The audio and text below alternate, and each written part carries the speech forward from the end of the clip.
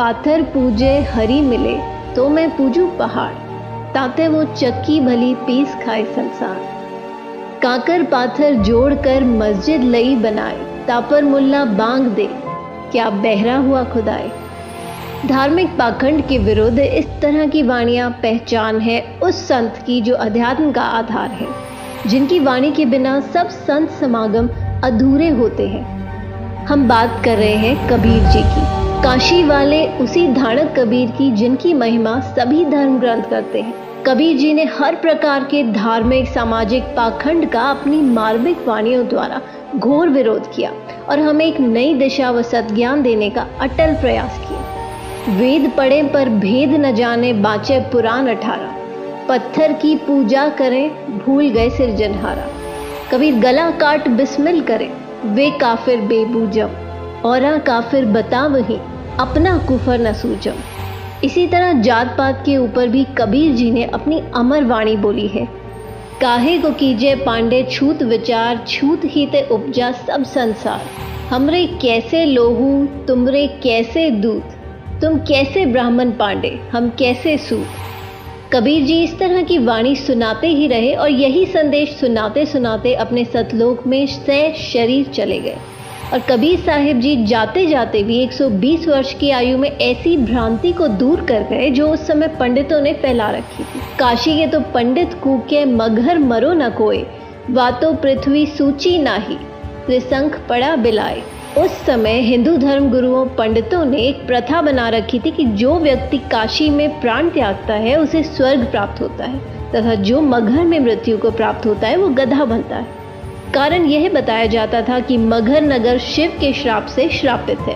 वहां की आमी नदी भी शिव जी के श्राप से सूख गई थी।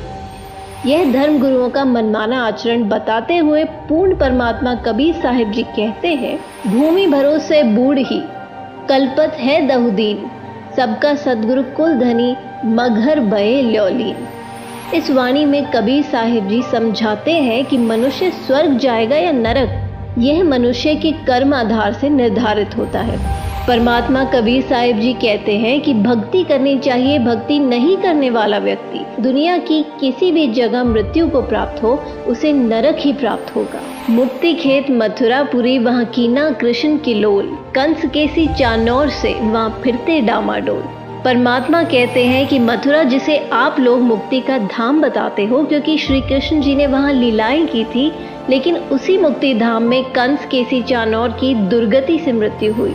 परमात्मा कहते हैं कि स्वर्ग नरक कर्म आधार से प्राप्त होते हैं, किसी जगह विशेष पर मरने से नहीं। कबीर जी ने इसी भ्रम का निवारण करने के लिए कहा कि मैं मगहर में अपना शरीर छोड़ूंगा और तुम सब देखना कि मैं कहाँ जाऊंगा।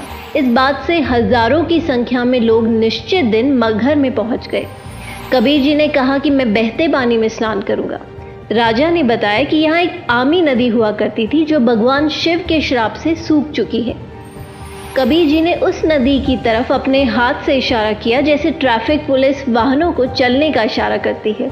इशारा करते ही थोड़ी दूरी पर एक बम फटने जैसी आवाज आई और नदी पानी से भरकर चल पड़ी।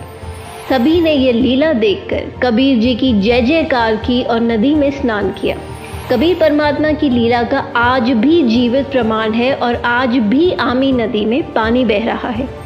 मगहर के नवाब बिजली खान पठान व काशी नरेश वीर देव सिंह बघेल जो कबीर जी के शिष्य बन चुके थे, वो दोनों ही अपनी अपनी सेना लेकर वहां पहुंच गए थे। स्नान करने के बाद कबीर जी ने उनसे पूछा कि सेना किस लिए लाए हो।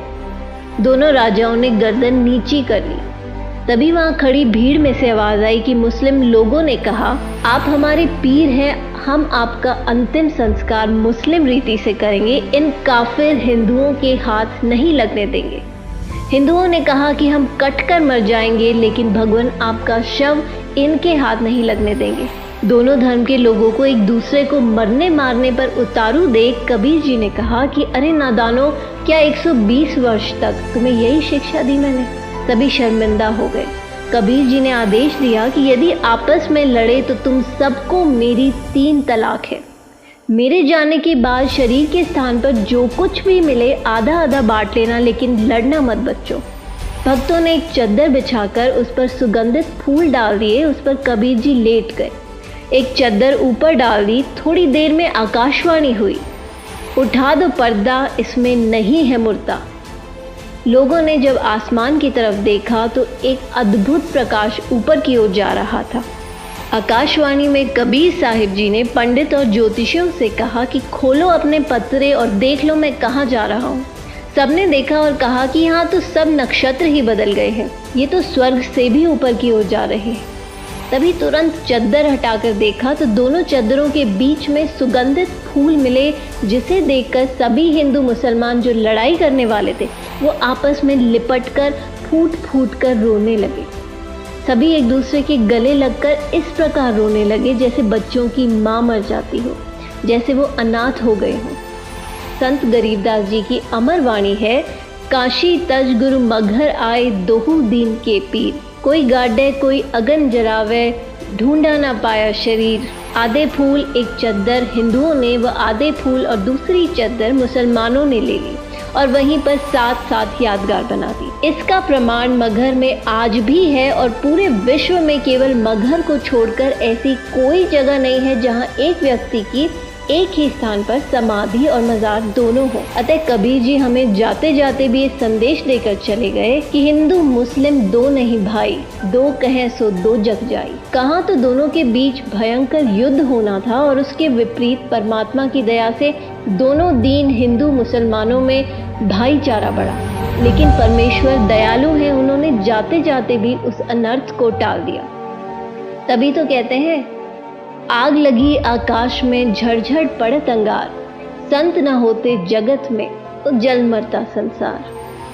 वो परमेश्वर, वो संत जो विनाश से बचाने वाला है, जो प्राकृतिक परिवर्तन भी कर सकता है, वो कोई और नहीं संत रामपाल जी महाराज जी ही हैं। जी हाँ, संत रामपाल जी महाराज जी, जो वर्तमान में पाखंडवाद को खत्म करते हुए सत्य भक्ति का मार्ग चला रहे हैं।